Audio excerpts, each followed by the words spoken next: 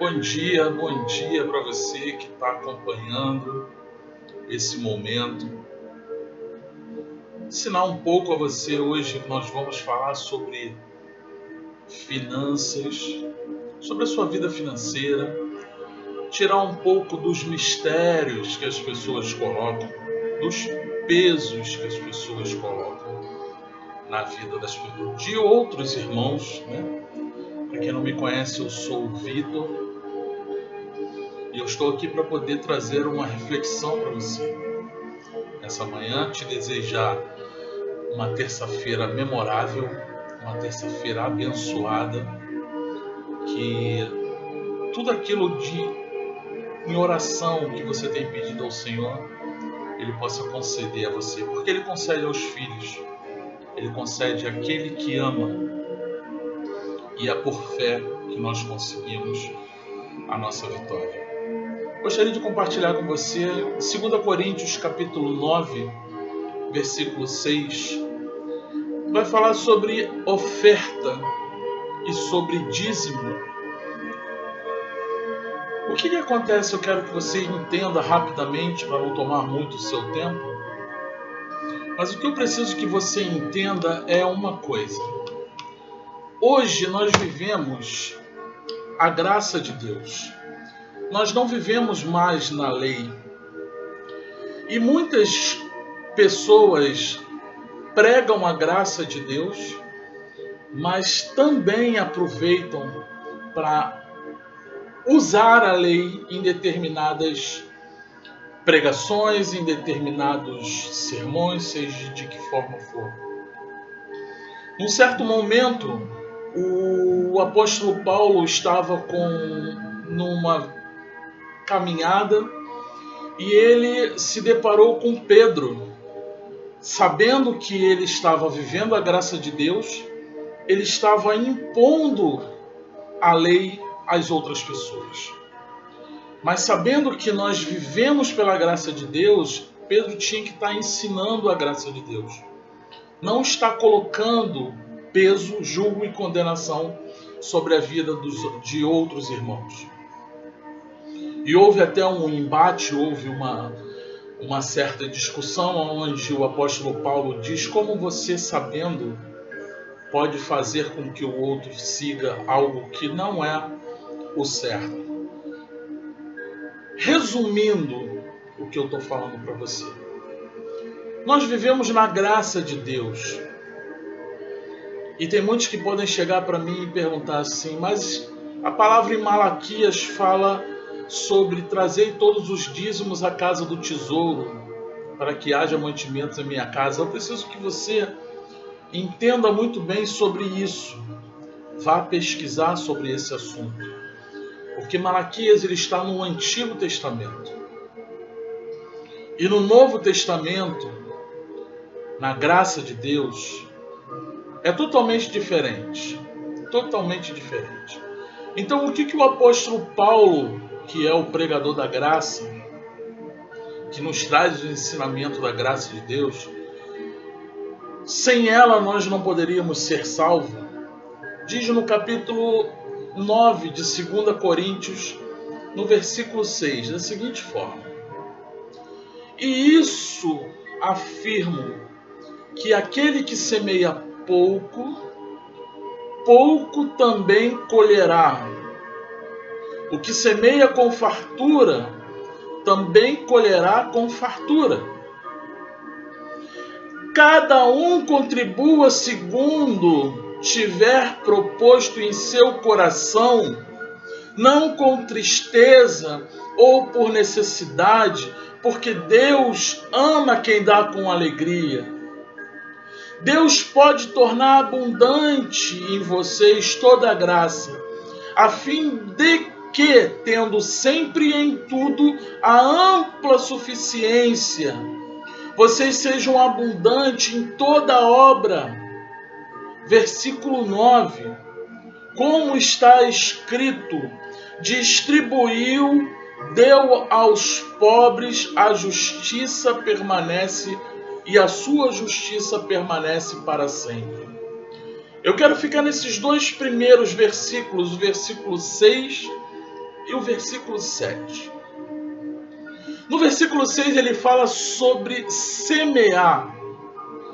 A gente pode entender que numa semeadura, num processo de semeadura, num processo de plantação, você não pode plantar somente uma semente, porque há uma grande chance daquela semente não brotar, não morrer e não vir se transformar no que você está plantando.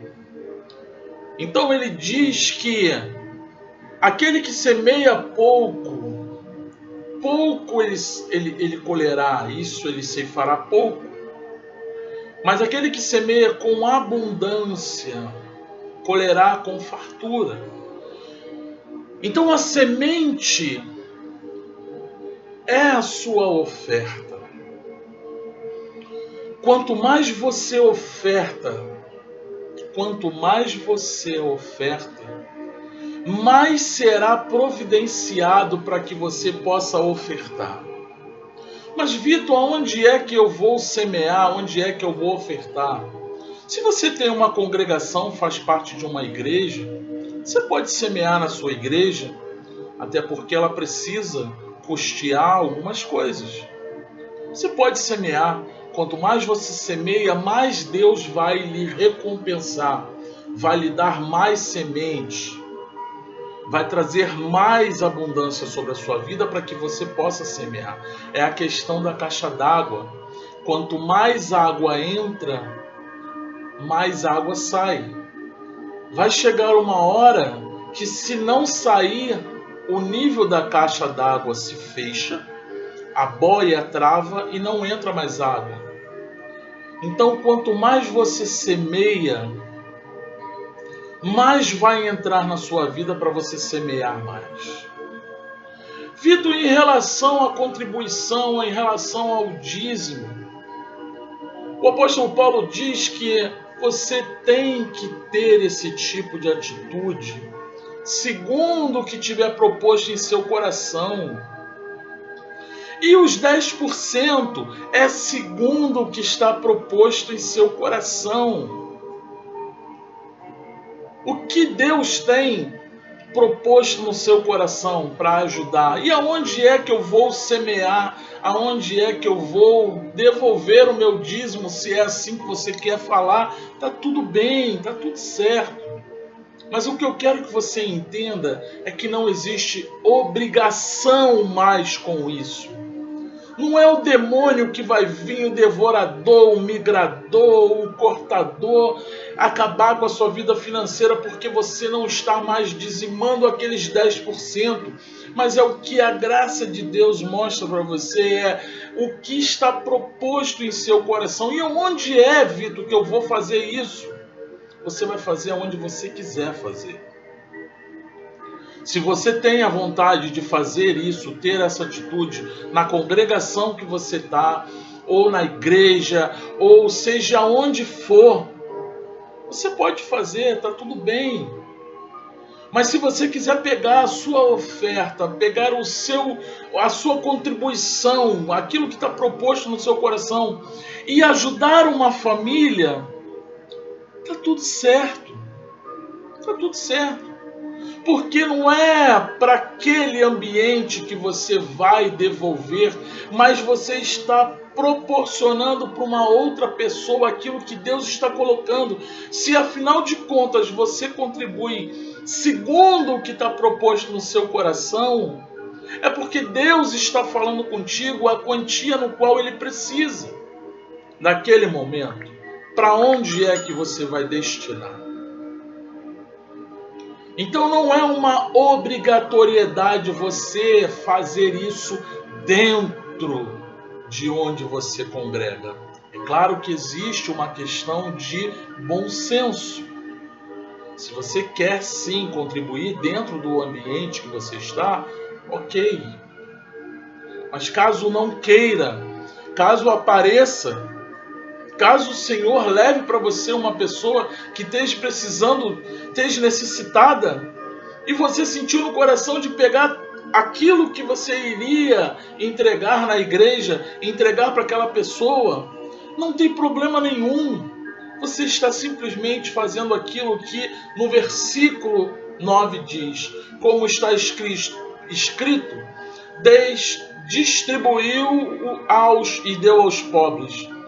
A justiça permanece para sempre. Nós vivemos a graça de Deus, não imposição de homens. Nós vivemos a graça de Deus, não aquilo que é imposto para você fazer.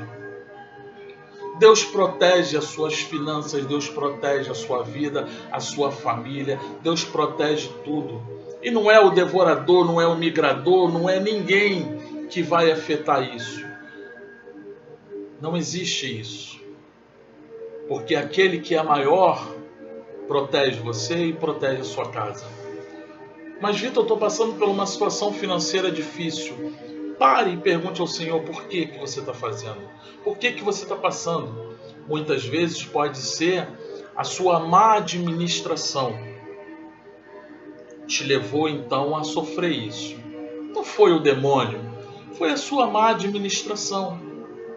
Mas eu creio sim que o Senhor pode restaurar a sua vida financeira. Trazer a sua vida financeira de volta, trazer o seu emprego, trazer o seu negócio, fazer superabundar para que você possa transbordar na vida de outras pessoas. Seguindo esses dois princípios, você vai contribuir com o que está proposto, o que Ele está colocando no seu coração. E a sua oferta é a sua semente. Quanto mais você semear, mais você vai colher. É a semente. É dessa forma que funciona. Não existe imposição, existe amor. Porque é com amor que a palavra diz que nós temos que ter. Como ele diz no versículo 7. Cada um contribua segundo tiver proposto em seu coração, não com tristeza ou com necessidade, porque Deus ama quem dá com alegria. Se tiver peso no seu coração, não faça nada, não dê. Mas dê ao Senhor, devolva ao Senhor, seja aonde for, seja para a sua instituição religiosa, ou seja para um irmão que está precisando. Mas dê com alegria, com satisfação, sabendo que Deus lhe conduziu a fazer isso. Queria que você fechasse os seus olhos agora nesse momento, que eu vou estar fazendo uma oração pela sua vida financeira, para que Deus possa regularizar o que está acontecendo e transbordar cada vez mais aqueles que já estão transbordando. Senhor meu Deus e meu Pai, nesse momento eu te agradeço pela sua misericórdia, pela sua glória. Te agradeço porque o Senhor é bom.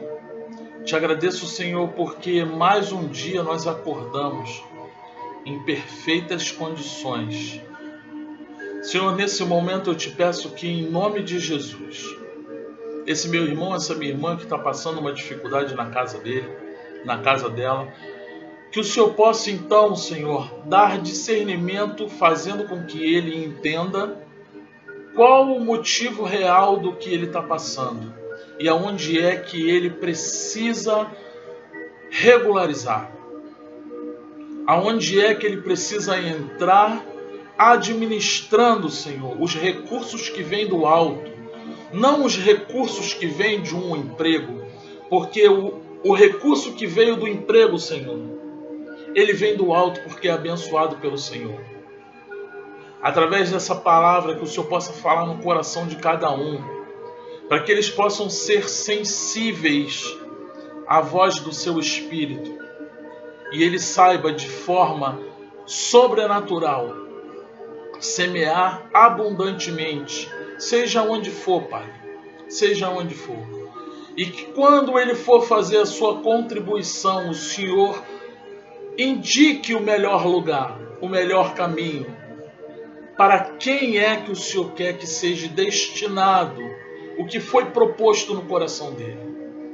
E eu te peço, Senhor, em nome de Jesus, restaura as finanças dos meus irmãos, das minhas irmãs, aqueles que estão passando dificuldade, Senhor, aqueles que estão desempregados nesse momento, que o Senhor possa estar abrindo uma porta de emprego para esse meu irmão, essa minha irmã, aquele que tem um comércio, que o comércio não está andando muito bem, Senhor, eu te peço em nome de Jesus, que os seus anjos possam habitar naquele local, para que os seus anjos possam chamar clientes, Senhor, seja no consultório, seja num escritório, seja na padaria, num salão de beleza, Senhor. E se tiver alguma coisa impedindo, que seja repreendido agora em nome de Jesus.